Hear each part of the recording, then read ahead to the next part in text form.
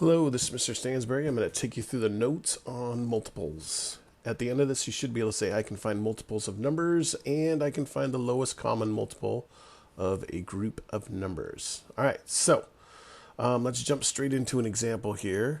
Find common multiples of 5 and 6 between 20 and 40.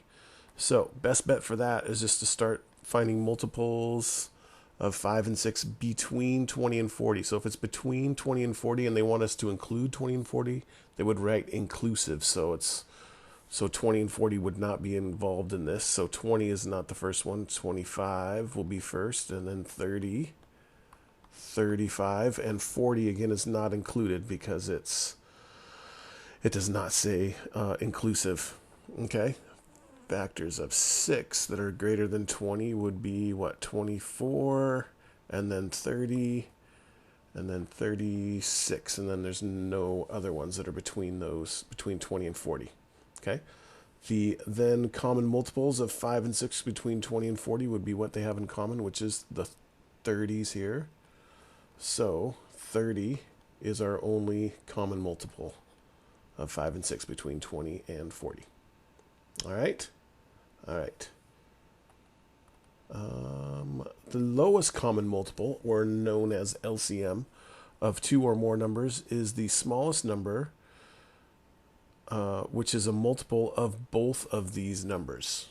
Okay, so example 5, find the lowest common multiple of 6 and 8.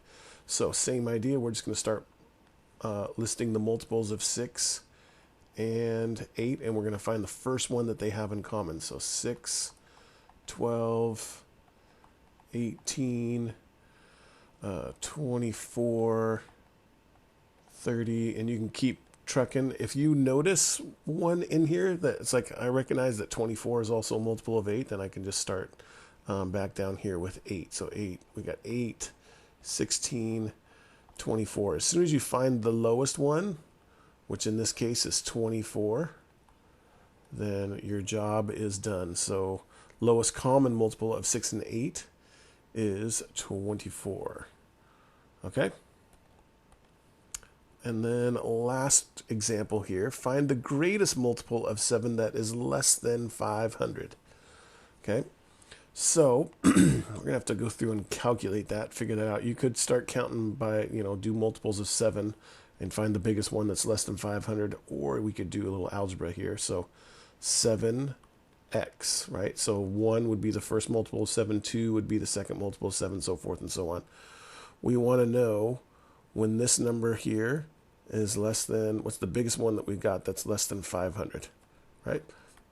So if we divide both sides by 7, which I'm not going to do that in my head. Let's see, 500 divide by 7, we get 71.4, and that is not an equal sign, but x has got to be less than 71.4, so our x is going to have to equal then the 71st multiple of 7, right? So to find our answer, we would just do 7, and we now know that x is 71, so 7 times 71. 7 times 71 gives us 497. So 497, excuse me, is the greatest multiple of 7 that's still less than 500. Okay?